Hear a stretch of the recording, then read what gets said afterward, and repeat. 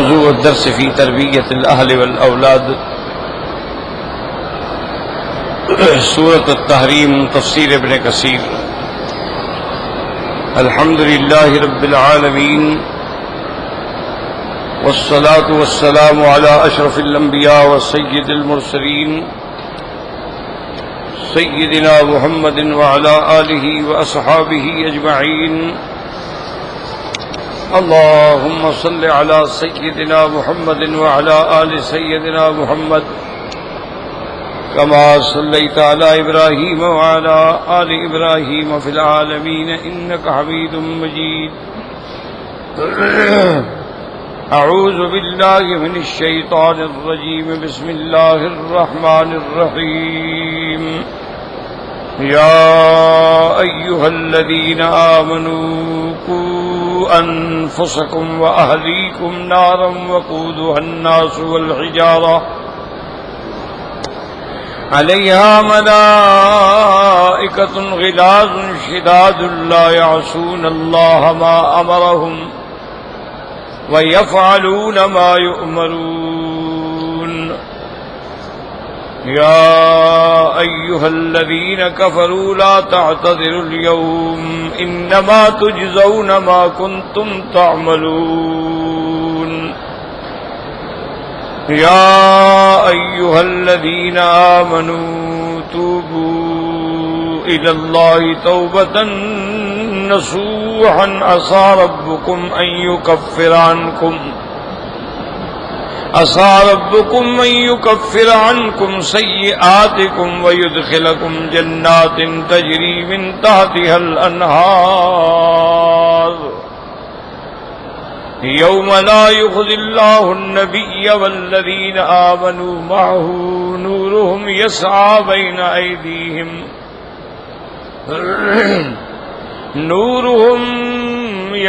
بين أيديهم وبأيمانهم يقولون ربنا أتمم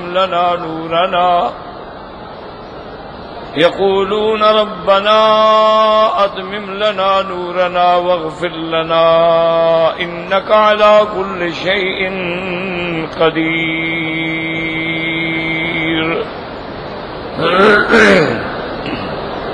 سورۃ التحریم میں جیسا کہ الحمدللہ آپ نے سابقہ دروس میں سنا ہے کہ سورۃ التحریم میں ہمیں 3 احکامات کے بارے میں ہدایات ملی ہیں. یاد رکھیں، ایک تو ہے تحریم، یعنی کسی حلال چیز کو اپنے لیے حرام کر دینا.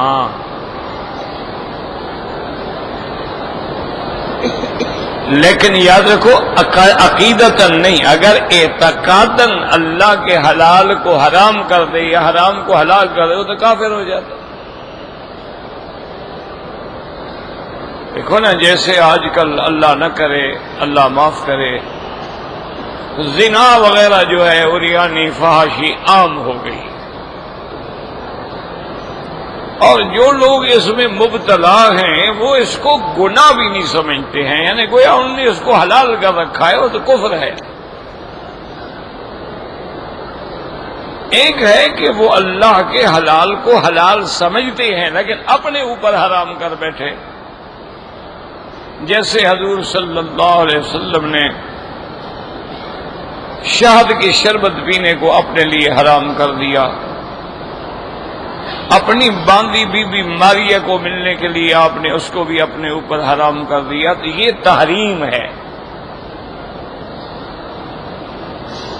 اب بعض ائمہ کرام تو یہ فرماتے ہیں کہ تحریم ہی گویا قسم ہے، اس کا کفارہ دینا پڑے گا. اور بعض علماء نے فرمایا کہ نہیں، تحریم ایک الگ چیز ہے، وہ تو گناہ ہے. اس کے ساتھ جو حضور پاک نے قسم کھائی تھی کہ واللہ لا اشرب عسلا، اب اس کے بعد میں شہد کا شربت نہیں پیوں گا، تو وہ قسم کا کفارہ. باقی اپنے لیے حرام کرا ہو تو گناہ ہے، اس لیے آگے اللہ نے فرمایا اللہ بخشنے والے ہیں، تو وہ غلطی ہوئی ہے تو بخشیں گے. اچھا، اسی طرح یہاں یہ مسئلہ بھی سمجھ لیں، چونکہ یہ بڑے ضروری مسائل ہیں، دماغوں میں رکھ لیں۔ کسی آدمی نے اپنی بیوی کو کہا کہ تم مجھ پر حرام ہو، اگر اس نے نیت طلاق سے کہا ہے طلاق ہو جائے گی۔ اچھا، اگر کسی نے اپنی بیوی سے کہا تم مجھ پہ ایسے حرام ہو جیسے میری ماں مجھ پہ حرام ہے، تو زہار ہو جائے گا۔ طلاق الگ چیز ہے اور زہار جو ہے وہ الگ چیز ہے۔ اب اس نے بیوی سے کہا ہے کہ تم مجھ پہ حرام ہو، تو کیا نیت تھی اس کی؟ طلاق ہو گئی، چاہے لفظ طلاق نہ بھی کہے، لفظ حرام کہے، لیکن طلاق ہو گئی، اس کی نیت ہی طلاق۔ لیکن اگر اس نے کہا کہ تم مجھ پہ حرام ہو، انت علیہ کظہر امی، میرے لیے تم ایسے ہو جیسے میری ماں کی پشت ہوتی ہے۔ پشت کیوں کہا؟ بعض علماء نے کہا کہ کنایا ہے کہ آدمی اب پشت سے تو جماع نہیں کرتا ہے، سامنے سے کرتا ہے، لیکن ایک کنایا ہے۔ اور بعض علماء نے فرمایا کہ پشت کا معنی ہوتا ہے سواری، تو مرد بھی تو عورت پہ گویا سوار ہوتا ہے۔ تو اس نے کہا کہ تم میرے لیے میری ماں کی ظہر امی ہو، یا کہا کہ میرے لیے انتے کا ظہر بنتی، میری بیٹی کی طرح یا میری بہن، تب بھی وہ زہار ہوگی، حرام ہوگی۔ اس زہار کا کفارہ کیا ہے؟ اس کا کفارہ یہ ہے کہ اگر اللہ نے توفیق دی ہے اور غلام بھی ملتے ہیں تو ایک غلام خرید کر کے آزاد کرو، اور اگر غلام نہیں ملتے ہیں تو پھر 2 مہینے کے روزے رکھو، لیکن وہ روزے بھی لگاتار ہوں گے، درمیان میں کوئی روزہ نہ چھوٹے۔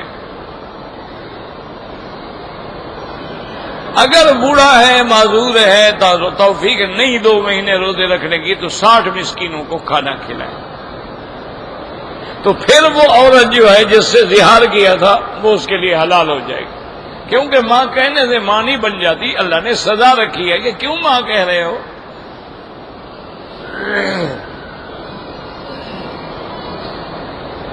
اور ایک ہے قسم کھانا، یاد رکھو، اس میں بھی میرے بھائیوں کو بہت بڑی غلطی ہوتی ہے، کبھی جھوٹی قسم کھا لیتے ہیں، کہتے ہیں جی کیا کفارہ ہے؟ جھوٹی قسم کا کفارہ نہیں ہوتا، یاد رکھو۔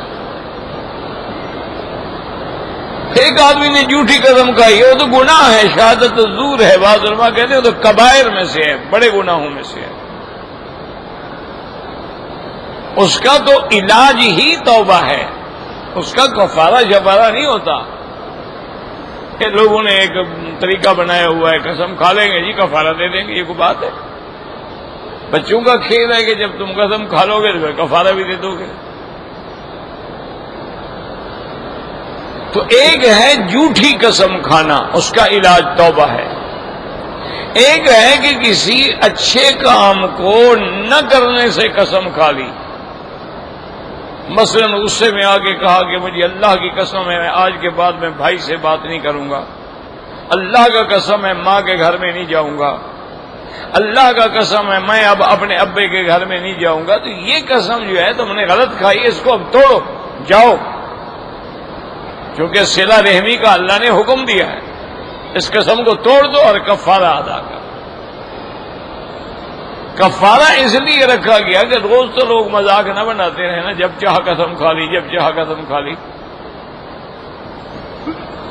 تو اس کا کفارہ کیا ہے؟ تو علماء کرام نے فرمایا کہ اس کا کفارہ یہ ہوتا ہے کہ یا تو پھر وہی غلام آزاد کرے، اگر غلام نہیں ملتا ہے تو 10 مسکینوں کو ایک ایک جوڑا کپڑے بنا دے،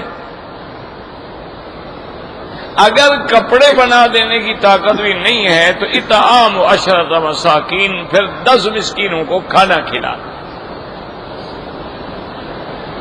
ان کو 2 وقت کا کھانا کھلائے، اور درمیانہ کھانا، نہ بہت مہنگا نہ بالکل گرا ہوا، درمیانہ جو تمہاری حیثیت ہے۔ تو اب تمہارا قسم کا کفارہ ہو جائے گا، جیسے حضور پاک نے فرما دیا نا کہ میں اپنی باندی کے ساتھ نہیں ملوں گا، تو یہ تو باندی حلال ہے، کیوں نہیں ملیں گے؟ کفارہ ادا کرو۔ آپ نے فرمایا کہ واللہ آج کے بعد میں شہد کا شربت نہیں پیوں گا، نہیں، کفارہ ادا کرو۔ شربت حلال ہے، ہم نے حلال کیا ہے، شہد ہم نے حلال کیا ہے، شفا بنایا ہے، آپ کیوں ایسا کر رہے ہیں؟ تو حضور پاک کو تو کفارہ ادا کرنے کا حکم دیا گیا۔ اچھا، جن دو بیویوں نے محبت میں آ کے یہ بات بنائی تھی، ان کو توبہ کا حکم دیا کہ تم توبہ کرو۔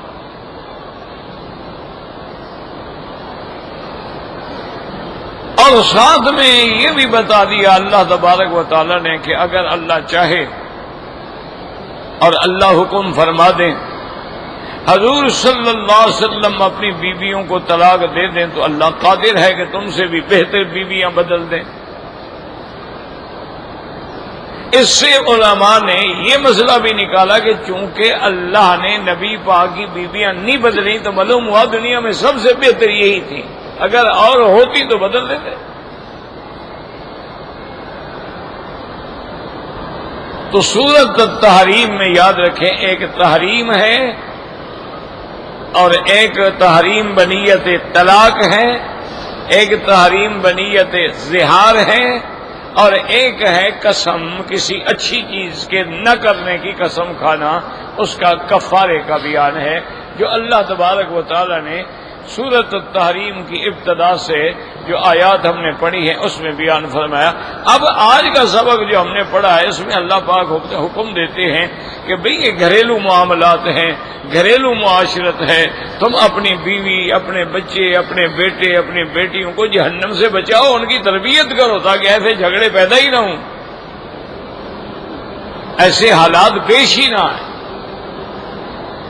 کیونکہ اولاد کی تربیت کی ذمہ داری تم پہ ہے۔ کلکم مسئول عن رعیتہ، تم اگر تہجد گزار ہو اور بیوی نماز نہیں پڑھتی تو تم بھی جہنم میں جاؤ گے،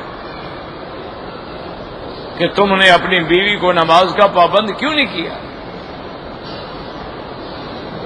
اب یہ کہہ دینا جی میں نے تو کئی دفعہ کہا ہے جی وہ نہیں مانتی، یہ غلط بات ہے، تمہاری روٹی پکاتی ہے، تمہارے کپڑے تیار رکھتی ہے، تمہارے بیٹوں کو وقت پہ سکول بھیجتی ہے، تمہارے حقوق بھی ادا ہیں، باقی ساری باتیں مانتی ہیں، صرف یہی نماز والی نہیں مانتی۔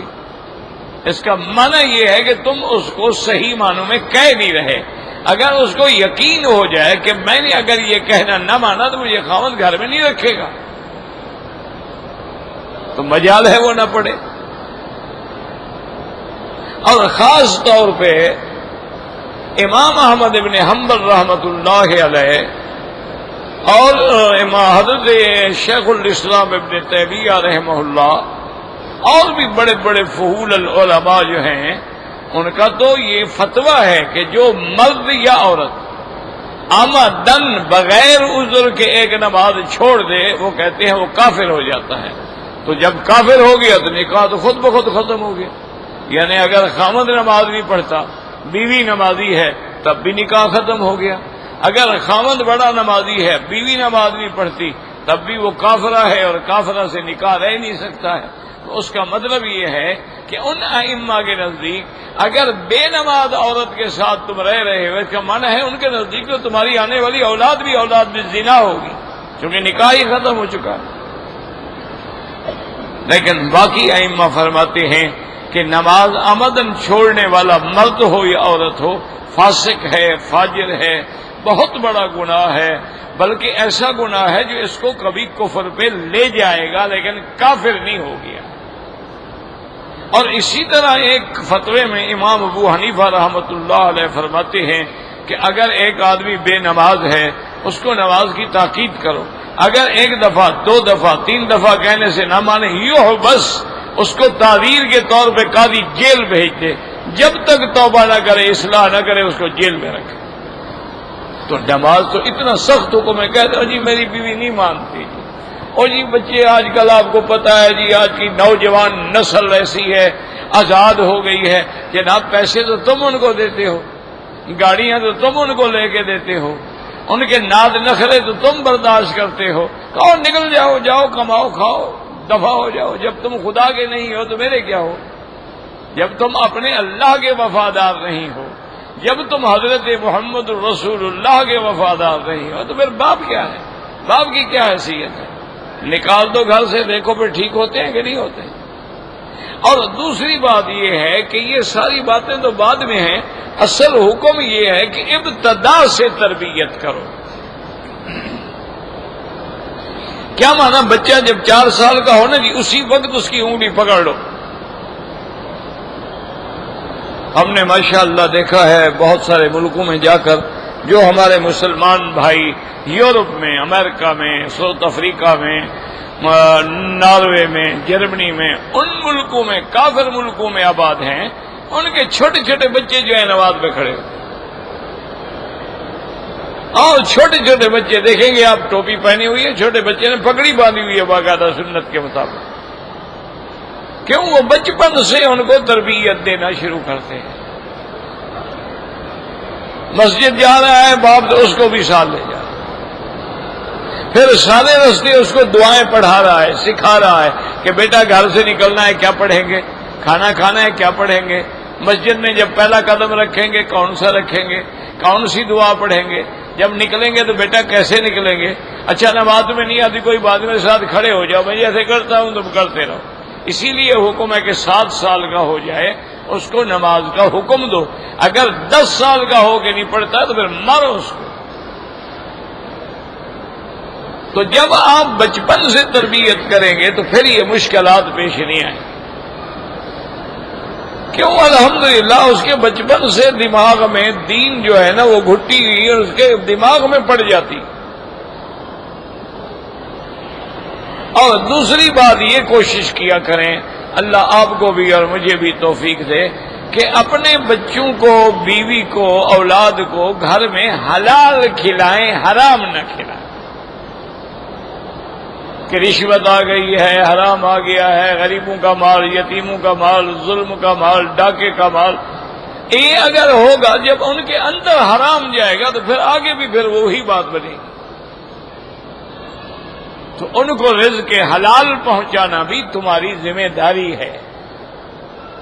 اپنے گھر کی تربیت ایسے کرو کہ ٹھیک ہے، میں نے کئی گھر دیکھے ان کے ہر کمرے میں ٹیلی ویژن ہے، یعنی بڑے بڑے گھر ہیں ہر کمرے میں، اور آج سے 10 سال پہلے میں نے دیکھا تھا تو ہر کمرے میں 54 انچ کا بڑا سکرین لگے ہوئے ہیں۔ دیکھو نہیں دیکھتے، ضرورت ہوتی ہے کھول لیتے ہیں، جب صبح کو نکلنا ہوتا ہے کھول لیتے ہیں کہ آج کا موسم کیسا ہے، کون سی روڈ بند ہے، کون سی کھلی ہوئی ہے، درجہ حرارت کیا جا رہا ہے، ہم نے گھر سے نکلنا ہے تو کون سا روٹ ہم اختیار کریں، اس دیکھ لیں گے۔ یا کسی ایک ٹائم میں 24 گھنٹے کی خبروں کا جب خلاصہ پیش کیا جاتا ہے، کھول کے پورے دن کی خبریں سن لیں گے، السلام علیکم۔ یعنی ہر کمرے میں ہے لیکن وہ یوز نہیں کرتے۔ اچھا میں نے ایسے بھی دیکھے ہیں والدین ماشاءاللہ کہ وہ روزانہ، میرے ساتھ ایک دوست جا رہے تھے، مجھے بڑے آدمی ماشاءاللہ، تو اس کا بیٹا تھا میرے خیال میں زیادہ سے زیادہ اس کی 9 سال 8 سال عمر ہوگی، کہا کہ وہ بیٹا ادھر آؤ، تمہارا موبائل کدھر ہے؟ اور ڈیڈی یہ ہے لے آؤ۔ مجھے کہا کہ مکی صاحب معاف، ایکسکیوز می اونلی 5 منٹ کے لیے مجھے معاف کریں۔ انہوں نے سارا چیک کیا، آج تم نے کس کس کو کال کیا ہے اور تمہیں کس کس کی کال آئی ہے، اور کہا بھی میں مولانا کے ساتھ جا رہا ہوں، واپسی پہ یہ ذرا تفصیل جو ہے نا ایک کاغذ پہ لکھ کے رکھنا، میں ان سے چیک کروں گا۔ اچھا کبھی ایک آدھا چیک بھی کر لیا تو اولاد کو خطرہ ہو گیا کہ اب اگر ہم نے ٹیلی فون پہ کسی غلط بات کی، کوئی چیٹنگ کی، کسی لڑکی سے بات کی تو ہمارا باپ تو ڈھونڈ نکالے گا۔ اچھا اور یہ جتنے ہم ٹیلی فون کرتے ہیں ان کا ڈیٹا محفوظ ہوتا ہے، آپ کمپنی سے مانگیں وہ آپ کو پچھلے 6 مہینے کا بھی نکال کے دے دیں گے کہ آپ نے کیا کیا تقریر فرمائی ہے اور کس کس سے آپ نے بات کی ہے۔ تو یہ ہے، اس لیے اللہ فرماتا ہے یا ایھا الذین آمنوا قوا انفسکم واہلیکم نارا، اللہ نے فرمایا ایمان والو اپنے آپ کو بھی اپنے اہل و عیال کو بھی جہنم کی آگ سے بچاؤ. اور جہنم کیا بلا ہے؟ وقودها الناس والحجارہ، وہ جہنم ایک ایسی بلا ہے کہ جس کے ایندھن جو ہے بندے ہیں اور ایندھن جو ہے پتھر ہیں. وہ لکڑیوں سے آگ نہیں جلائی جاتی بلکہ جہنم کی آگ جو ہے وہ بندوں سے اور پتھروں سے جلائی جاتی ہے. اسی طرح دوسری جگہ اللہ تبارک و تعالیٰ فرماتی ہیں جہنم کے بارے میں نعوذ باللہ انہا ترمی بشرر کالقصر کأنہ جمالات صفر ویل یومئذ للمکذبین. اللہ تبارک و تعالیٰ فرماتی ہیں وہ جہنم ایسی بلا ہے کہ قیامت والے دن جب ان کو کہا جائے گا، کافروں کو حکم دیا جائے گا انطلقوا الی ما کنتم بہ تکذبون، چلو جہنم کی طرف جس کو تم نہیں مانتے تھے نا، کیا جہنم، کیا آگ، کیا حساب، چلو اب دیکھو. انطلقوا الی ظل ذی ثلاث شعب، چلو تم ایک ایسے سائے کی طرف، یاد رکھیں وہاں سایہ تو کوئی نہیں ہوگا، یہ تحکماً ان کو کہا جائے گا. انطلقوا الی ظل ذی ثلاث شعب، ایسا سایہ جو اوپر جا کے 3 حصوں میں بڑھ جائے گا. یاد رکھو یہ سایہ نہیں، یہ دھواں ہے، دخان ہے، جیسے دھوئیں کے بادل ہوں. تو یہ وہ ہے ظل من یحموم لا بارد ولا کریم، یہ ایسا سایہ ہے کہ نہ ٹھنڈا ہے نہ کوئی نفع پہنچانے والا ہے، اور 3 شاخوں میں بڑھ جاتا ہے. اوپر جانے کے بعد دھواں کیا معنی ہے؟ ایک اس کے اوپر ہوگا، ایک دائیں ہوگا، ایک بائیں ہوگا. یعنی جہنمی کے وہ 3 جو دخان، وہ دھواں جو ہے 3 حصے بنے گا. ایک حصہ دماغ پہ ہوگا، ایک دائیں، ایک وجہ کیا ہے؟ علماء نے فرمایا کہ دائیں طرف میں انسان کے غضب ہے کہ جب آدمی غصے میں آ کے، غضب میں آ کے حد سے گزر جاتا ہے، اور بائیں ہاتھ میں بندے کی شہوت ہے تو، اور دل و دماغ کے اندر بندے کی بد عقیدگی اور غلط سوچ ہے. تو اللہ تبارک و تعالیٰ قیامت میں ایسا جہنم سے دھواں نکالیں گے جو اس کو 3 طرف سے ڈھانک لے گا. اور دوسرے مقام پہ فرمایا لہم من جہنم، ان کو جہنم میں سے کیا ہوگا؟ من فوقہم ظلل من النار ومن تحتہم ظلل، اوپر سے بھی جہنم کے بادل اور نیچے سے بھی جہنم کے بادل ہوں گے. یہ وہ جہنم ہوگی. اور فرمایا انہا ترمی بشرر کالقصر، اس کی چنگاریاں جو اڑیں گی وہ ایسے ہوں گی جیسے بڑے بڑے محل ہوتے ہیں. جب چنگاری اتنی بڑی ہوگی تو آگ کیسے ہوگی؟ اور اس کے بعد فرمایا اس کے بعد کی چنگاریاں جو ہیں وہ ایسے ہوں گی کہ جیسے سیاہ اونٹ ہوتے ہیں، کیونکہ یہ ان کی چنگاریاں ہیں. تو جہنم کیسے ہوگی؟ اس لیے اللہ نے فرمایا وہ ایمان والو اپنے آپ کو بھی اور اپنے اہل کو بھی جہنم سے بچاؤ. اسی لیے حضور سرکار دو عالم صلی اللہ علیہ وسلم عورتوں کو بھی خطاب فرماتے یا معاشر النساء تصدقنا، اے عورتیں خیرات کیا کرو، صدقات کیا کرو. مجھے اللہ نے لکھا ہے سب سے زیادہ جہنم میں جانے والی عورتیں ہیں. اس لیے اللہ حکم دیتے ہیں یا ایھا الذین آمنوا قوا انفسکم، پہلے اپنے آپ کو جہنم سے بچاؤ.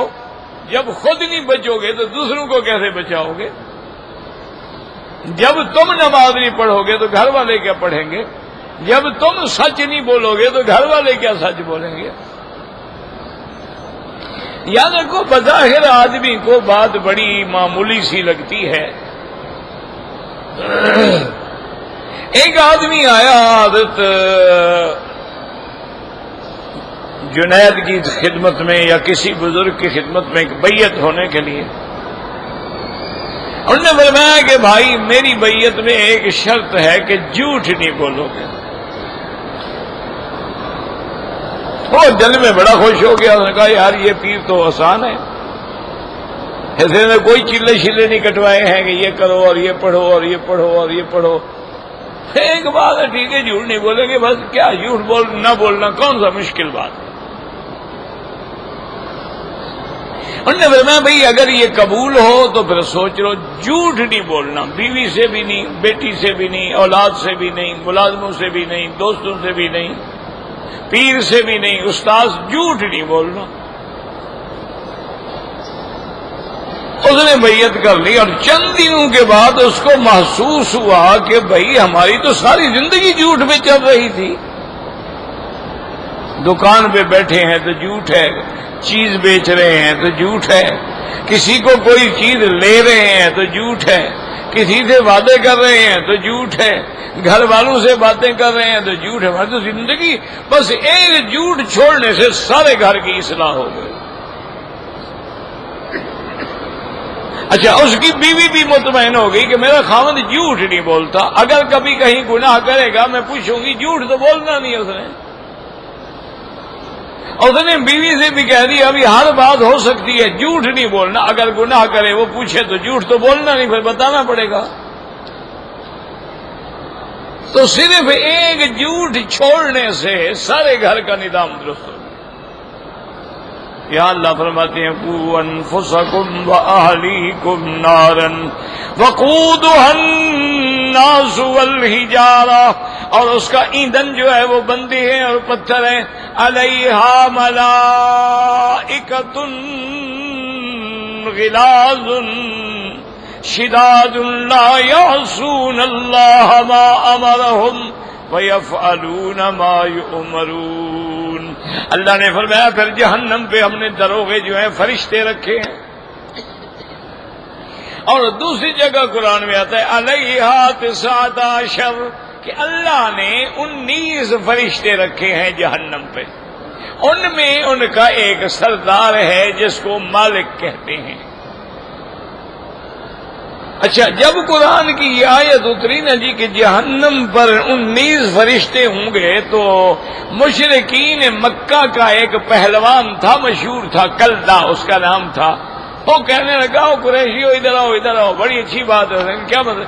اس نے کہا آج حضور فرما رہے تھے کہ جہنم پہ 19 فرشتے ہوں گے، اور یار 10 کو تو میں اکیلا ہی کافی ہوں نا، باقی 9 کو تم پکڑ لینا، پھر ہمارا کیا ہو سکتا، کیا بگاڑیں گے وہ؟ کہنے لگا 10 جو ہے نا فرشتے، ان کو تو میں ایسے کر کے گرا دوں گا، اور 9 کو تم سارے پکڑ لینا۔ انہوں نے کہا ہاں یار یہ تو بڑی اچھی بات۔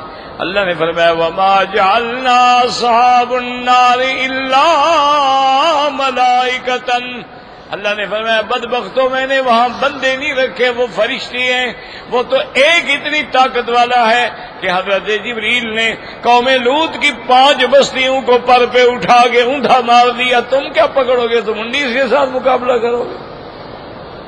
اور تفسیر میں آتا ہے کہ قیامت والے دن جب فرشتے جہنمیوں کو دھکا دیں گے تو ایک فرشتے کے ایک دفعہ دھکا دینے سے 70,000 جہنم میں جا گرے گا۔ اللہ نے فرمایا ان سے مقابلہ کرو گے۔ علیہا ملائکۃ، پھر ہم نے جو فرشتے رکھے ہیں ان کی صفتیں کیا ہیں؟ 3 صفتیں، یہاں اللہ نے 3 صفتیں بیان کی ہیں، یاد رکھیں۔ علیہا ملائکۃ غلاظ شداد لا یعصون اللہ ما امرہم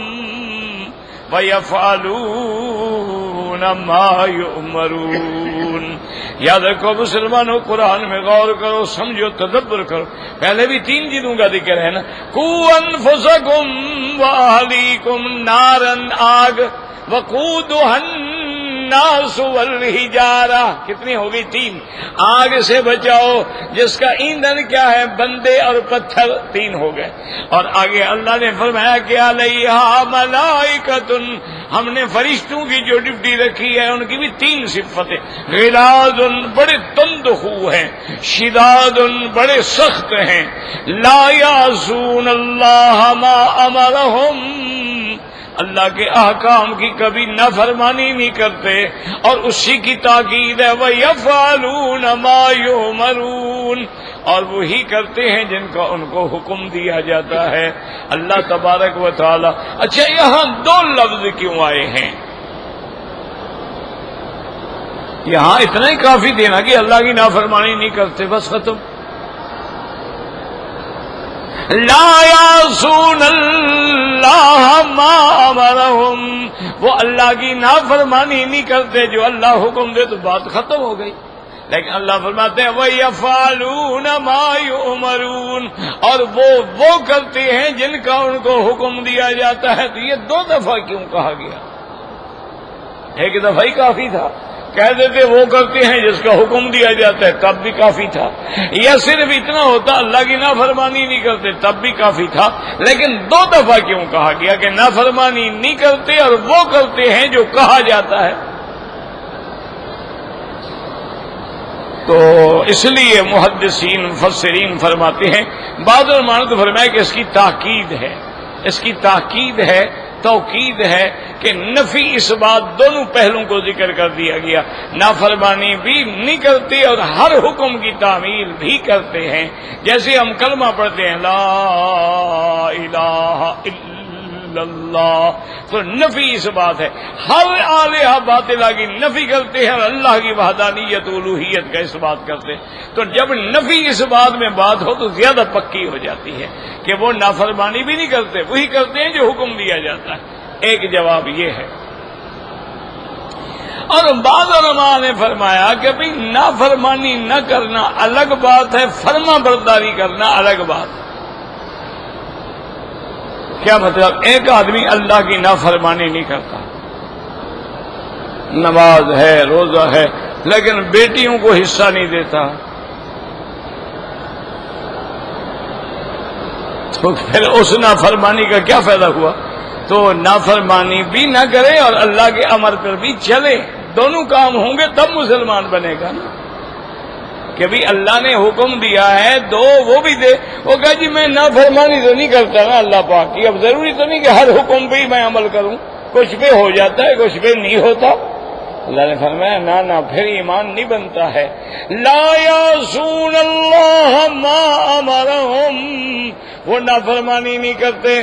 جیسے دنیا میں بادشاہ نے حکم دیا پولیس والوں کو اس کو پکڑ کے لے جاؤ، اس کو اتنا بیت مارنے ہیں، وہ راستے میں گیا، انہوں نے کہا یار پیسے دے دو نا، تو ہم بیت دیوار پہ مارتے رہیں گے، تم ویسے شور بچاتے رہنا، تمہیں ایک بیت بھی نہیں لگے گا۔ نہ یہ فرشتے ہیں، یہ نافرمانی نہیں کرتے، جو حکم دیں گے اس کو ٹھیک ٹھیک ادا دیں گے۔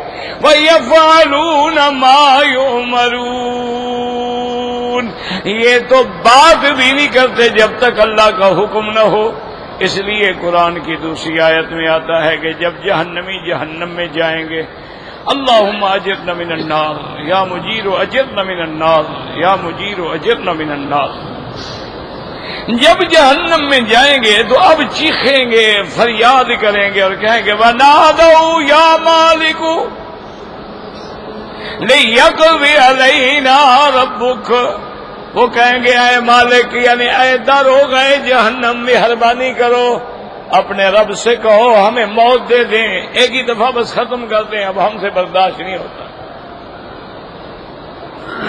جیسے دنیا میں موت آ گئی، کہتے ہیں یار بڑا تکلیف میں تھا، ٹھیک ہے موت آ گئی، جو دردوں سے تو چھوٹ گیا نا، وہ بھائی تکلیفوں سے تو چھوٹ گیا نا بیچارہ، دیکھیں کتنا مشکل میں پڑا تھا۔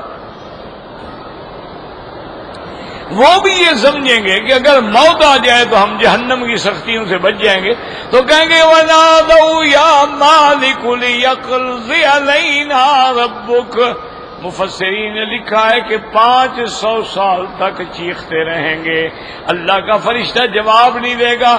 500 سال کے بعد جواب اِنَّكُمْ مَاكِثُونَ، کہے گا بدبخت تو تم نے یہی رہنا ہے بس۔ اور اسی طرح قرآن کہتا ہے کہ فرشتے کیا کہ اخسؤوا فیہا ولا یتکلمون، جیسے کتے کو دھتکارتے ہیں ایسے دھتکار دیے جائیں گے کہ اخسؤ، اور خبردار آئندہ بات نہ کرنا۔ اور اسی طرح ایک آیت میں قرآن کہتا ہے اصلوہا فاصبروا او لا تصبروا سواء علیکم، اللہ کے حکم سے فرشتے ان کو کہیں گے کہ جلو مرو جہنم میں، چاہے اب صبر کرو یا چاہے چیختے رہو، کوئی فرق نہیں پڑتا ہے، یہ سزا تمہیں ملنی ہی ملنی ہے۔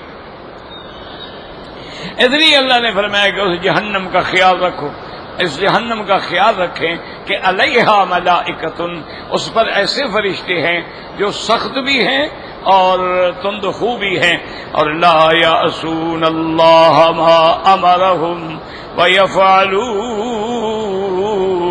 ما یؤمرون۔ اور اس کے بعد پھر اللہ نے خطاب فرمایا یا ایھا الذین کفروا لا تعتذروا اليوم انما تجزون ما کنتم تعملون۔ اللہ فرمائیں گے اے کافرو، آج کوئی عذر معذرت نہیں چلے گا، دنیا میں عذر ہوتے تھے، آج عذر نہیں ہوگا، آج کوئی تمہارا عذر نہیں چلے گا، بلکہ تمہیں وہی سزا دی جائے گی جو تم نے عمل کیے ہیں۔ دنیا میں بندہ کہتا ہے جی معاف کر دیں، غلطی ہو گئی، آئندہ نہیں کروں گا، تو لیکن اب قیامت میں یہ ساری چیزیں کوئی فائدہ نہیں دیں گی۔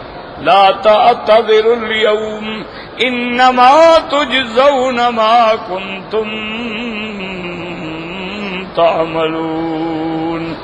اس لیے حضور نے فرمایا کہ یا ایھا الناس انکم فی دار، آپ ایسی دنیا میں ہیں، العمل لا حساب، ابھی یہ عمل ہے، حساب نہیں ہے، لیکن کل تم ایک ایسی جگہ جاؤ گے جہاں حساب ہی حساب ہوگا، پھر عمل نہیں ہوگا۔ یعنی یہ دنیا جو ہے یہ دار العمل ہے، اور آخرت جو ہے وہ دار الجزا ہے، تو اپنے اعمال کو یہی ٹھیک کر لو، مرنے کے بعد پھر کوئی فائدہ نہیں ہوگا۔ آگے اللہ نے پھر ایمان والوں کو خطاب فرمایا یا ایھا الذین آمنوا توبوا الی اللہ توبۃ نصوحا۔ اللہ نے فرمایا ایمان والو توبہ کرو، ایسی توبہ جو توبہ نصوح ہو۔ یا دیکھو توبۃ نصوحا کا کیا معنی ہے؟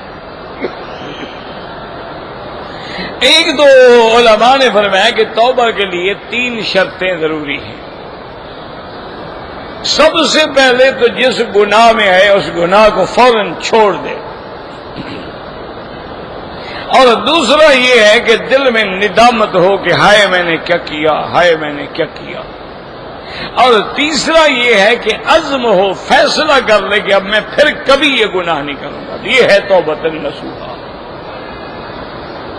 اچھا، بعض اللہ والوں نے ایک اور بھی ترجمہ فرمایا ہے، انہوں نے کہا توبۃ نصوحا کا معنی یہ ہے کہ جب گناہ سے توبہ کر لی ہے تو اب یہ ہے کہ یہ نہیں کہ وہ گناہ نہیں کروں گا، بلکہ اس گناہ کا کبھی دل میں خیال بھی نہ لائے۔ دیکھو نا، ایک آدمی ایسے بیٹھے ہوتے ہیں تو ویسے لذت لے رہے تھے، یار میں فلاں دن گیا تھا اور میں نے یہ کیا تھا اور میں نے یہ کیا تھا اور میں نے اس عورت سے ایسے باتیں کی، تو اس گناہ کا یاد کرنا جو ہے یہ بھی توبۃ نصوحا کے خلاف ہے۔ جب تم نے توبہ کر لی، صرف یہ نہیں کہ گناہ نہ کرو بلکہ اس کا اب خیال بھی نہ لاؤ دل میں، اور خیال آئے تو کیا کرو، اعوذ باللہ من الشیطان الرجیم، خیال آئے تو کیا کرو، لا حول ولا قوت الا باللہ العلی العظیم، تاکہ اس گندے خیال سے بچ جاؤ۔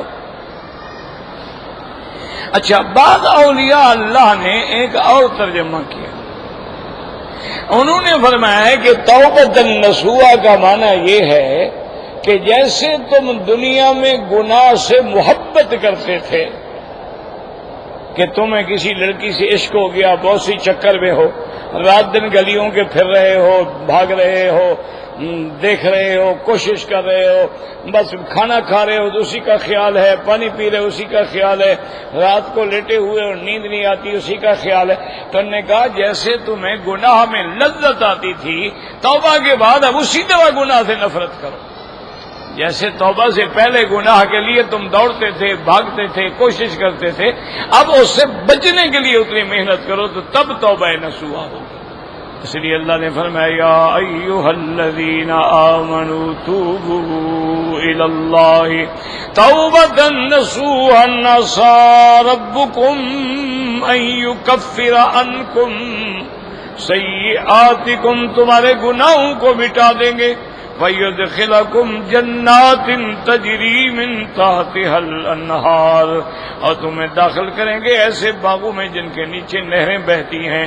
يَوْمَ لَا يُخْزِي اللَّهُ النَّبِيَّ وَالَّذِينَ آمَنُوا مَعَهُ، اور وہ قیامت کا ایسا دن ہوگا جس دن اللہ اپنے پیغمبر کو اور اس پر ایمان لانے والوں کو رسوا نہیں کریں گے، بلکہ ان کو عزت ملے گی، شان ملے گا، اللہ کے عرش کے نیچے ہوں گے، سائے کے نیچے ہوں گے، ان کے لیے کوئی غم نہیں ہوگا، کوئی ڈر نہیں ہوگا۔ نورہم یسعی بین ایدیہم وبایمانہم، اور قیامت میں ان کے لیے نور ہوگا، کیونکہ وہ نور ایمان پہ تھے، نور ہدایت پہ تھے، اب وہی نور قیامت میں ان کے آگے بھی نور ہوگا، دائیں بھی نور ہوگا، اور وہ وہاں بھی اللہ سے مانگنے والے ہوں گے۔ یقولون ربنا اتمم لنا نورنا، اے رب ہمارے اس نور کو تام اور مکمل فرما دے، ایسا نہ ہو کہ چھن جائے جیسے منافقوں سے چھن گیا ہے۔ واغفر لنا، اور ہماری کوئی کوتاہیاں بچ گئیں تو معافی عطا فرما دے۔ انک علی کل شیء قدیر، آپ ہر چیز پہ قدرت رکھنے والے ہیں۔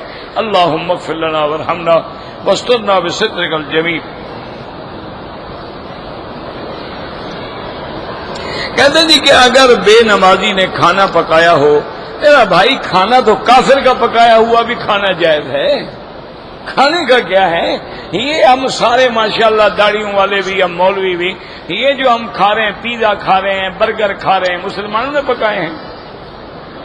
کیا خیال ہے آپ؟ یہ جتنے ماشاءاللہ ہم اپنا کول ڈرنک استعمال فرما رہے ہیں، پیپسی کولا ہے جی، یہ کالا کولا ہے جی، یہ فلاں کولا ہے جی، یہ فلاں کولا ہے، یہ مسلمان نے بنائے ہیں؟ یہ تو یہودیوں کے بنے ہوئے ہیں، یہاں تو صرف پانی ڈالا جاتا ہے، فارمولہ تو ان کا ہے۔ سب کھانا تو جائز ہے بھائی۔ ہاں ایک ہے متقی لوگوں کا مقام، اللہ والوں کا مقام، وہ پھر بڑا بلند ہے۔ وہ لوگ تو اگر کسی عورت بغیر وضو کے کھانا بنائے تو نہیں کھاتے، نمازی نہ بے نماز ہونا تو بڑی بات ہے، اگر وضو نہ کرے کھانا نہیں کھاتے۔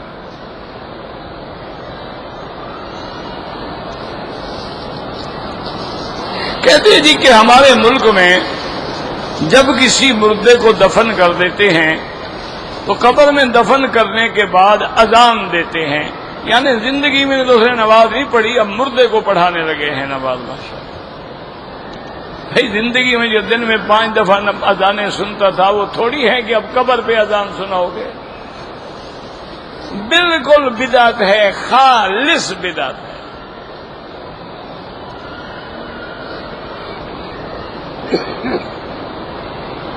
کہتے ہیں جی کچھ لوگ درس میں بھی بیٹھتے ہیں لیکن ان کے اخلاق جو ہیں وہ اچھے نہیں ہیں، اللہ سے دعا کرو اللہ اخلاق سب کے اچھے بنائے۔ اور انسان ہیں اصل میں جب آدمی بوڑھا ہو جائے نا تو تھوڑے تھوڑے پرزے تو ڈھیلے ہو جاتے ہیں نا، تو اس لیے اب دیکھیں نا گاڑی جب پرانی ہو جائے تو کبھی دھکے پہ آ جاتی ہے، کبھی سٹارٹ ہوتی ہے، کبھی بیک فائر مارتی ہے، کبھی آوازیں نکالتی ہے، کبھی دروازے کھٹکھٹا رہے ہوتے ہیں، کبھی باڈی ہل رہی ہوتی ہے، تو ہوتا ہے بھائی۔ تو اس لیے ذرا تم بھی ان کو بوڑھا سمجھ کے معاف کر دیا کرو۔ ایک تو وہ گھر سے تنگ ہوتے ہیں بیچارے، گھر والوں نے نکالا ہوا ہے ان کو، آگے تم بھی کہہ دو کہ ذرا ادھر ہو جاؤ تو انہوں نے پھر سارا غصہ تم پہ نکالنا ہے۔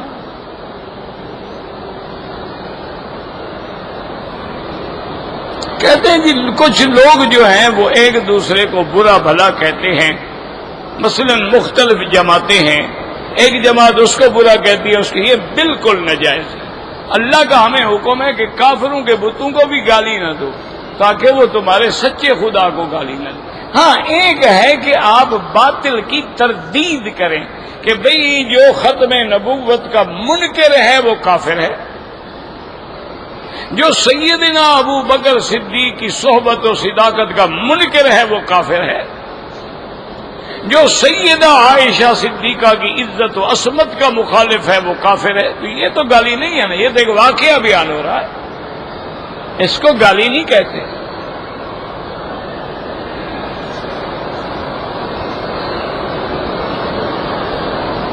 اگر ایک احرام باندھ کے میں نے عمرہ کیا ہے، اسی احرام میں دوسرا عمرہ کر سکتا ہوں. جب تک اللہ کے بندے وہ پاک ہے 100 عمرہ کرو. یہ تھوڑا ہے کہ عمرہ کیا ہے تم نے کوئی گناہ کا کام کیا ہے کہ پہلے اب اس کو پاک کرو. کپڑا ہے پاک ہے، 10 عمرے کرو 100 عمرہ کرو.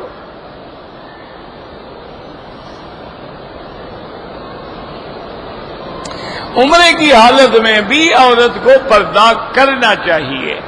بی بی عائشہ فرماتی ہیں اذا هذین الرجال صدلنا علی وجوہنا، جب آدمی ہمارے سامنے آتے تھے ہم پردہ کھینچ دیتے، اور جب آدمی دور ہو جاتے تھے پھر پردہ ہٹا دیتے.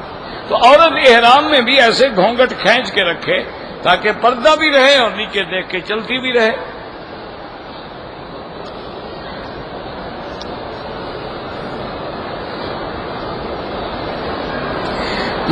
مینا عرفات مزدلفہ میں نماز جو ہے قضا کیوں پڑھو گے؟ ادا پڑھو گے. باقی مسافر قصر پڑھیں گے. قرآن شریف بھی کئی نام ہے، قرآن بھی ہے، فرقان بھی ہے، ذکر بھی ہے، کتاب بھی ہے، کئی نام.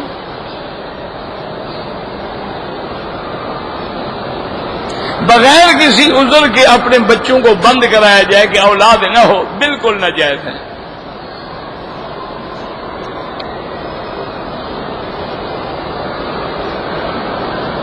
میں ڈرائیور ہوں، گاڑی میں جدے آ گیا، میقات سے احرام نہیں باندھا، احرام میں نے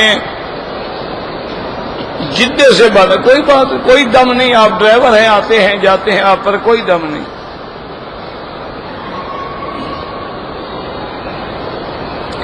اگر ایک آدمی نجران سے مدینہ منورہ آیا، مدینہ منورہ سے مکے آ رہا ہے کسی دوست کو ملنے کے لیے، امام ابو حنیفہ رحمت اللہ علیہ کے نزدیک ہر حال میں عمرہ ضروری ہے. وہ کہتے ہیں میقات سے گزر رہا ہے احرام باندھے. باقی ائمہ فرماتے ہیں کہ عمرے کی نیت نہیں ہے، دوست کے ملنے کی نیت ہے تو کوئی حرج نہیں.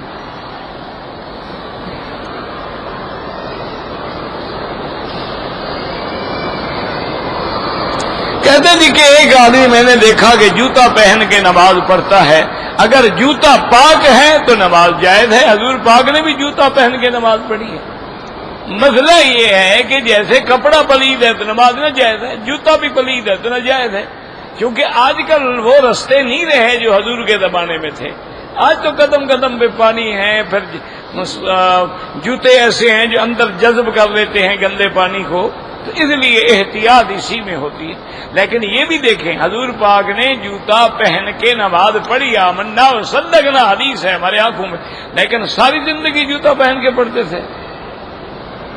یہ کبھی پڑھی ہے تاکہ امت کو پتہ لگ جائے کہ جائز ہے. ربنا تقبل منا انك انت السميع العليم وتب علينا انك انت التواب الرحيم. اللهم فرج هم المهمومين، نفس كرب المكروبين، واقض الدين عن المدينين، واشفنا واشف مرضانا ومرضى المسلمين. اللهم اصلحنا واصلح بنا واصلح اولادنا واولاد المسلمين. اللهم اصلح شبابنا وشباب المسلمين. اللهم اصلح بناتنا وبنات المسلمين.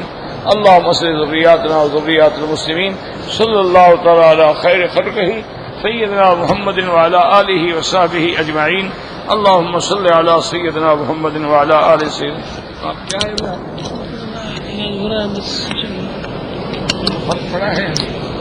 بخار تھوڑا کم ہونا بھی، املا زیادہ ہوا اس لیے بخار آتا ہے. دوائی دیا